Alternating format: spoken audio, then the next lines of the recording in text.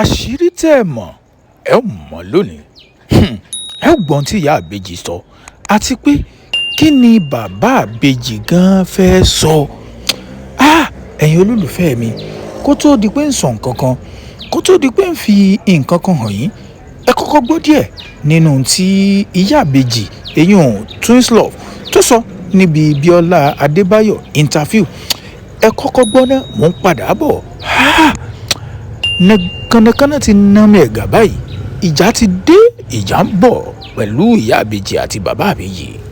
Ṣé wọ́n kọ́ ló bí àwọn ọmọ ni? Bí má bó ń sọ nǹkan ló ń bí wọn. Bí tí má fẹ́ kó wọn gbà kí n kó wọn gbà. Àbúrò ẹ̀ kan wà ń bẹ̀. Àbúrò yẹn Ṣẹ́gun náà ń pè. Can you put it into writing? Òun ló mú ìwé àbúrò ẹ̀ Ṣẹ́gun ló fún ní báírò. Ó dẹ̀ kọ́ ní òru ọjọ́ yẹn. Ìjọ́ tó ń bá ti padà béèrè àwọn ọmọ yìí kó ń ya igi òfò.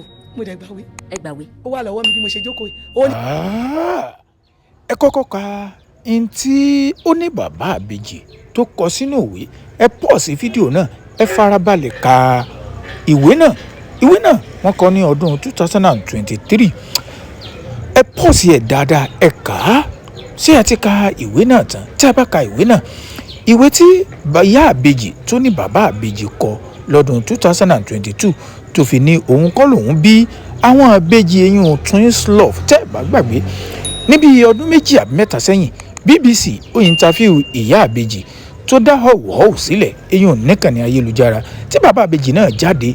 Ó ní wípé gbogbo tí ìyá àbèjì sọ irọ́ pátápátá ni. Eléyìí wáyé látàrí mọ́tò ayọ́kẹ́lẹ́ eyín táwọn ìbejì tí wọ́n rà fún ìyá wọn, tí wọ́n ní àwọn èèyàn wá ń béèrè pé bàbá àbèjì ńkọ́, àti bàbá àbèjì náà kú kòrùn. Àwọn ènìyàn ti wá sọ wípé Bíọ́lá Adébáyọ̀ ò gbọ́dọ̀ rólé agbá kan kó dá apá kan sí.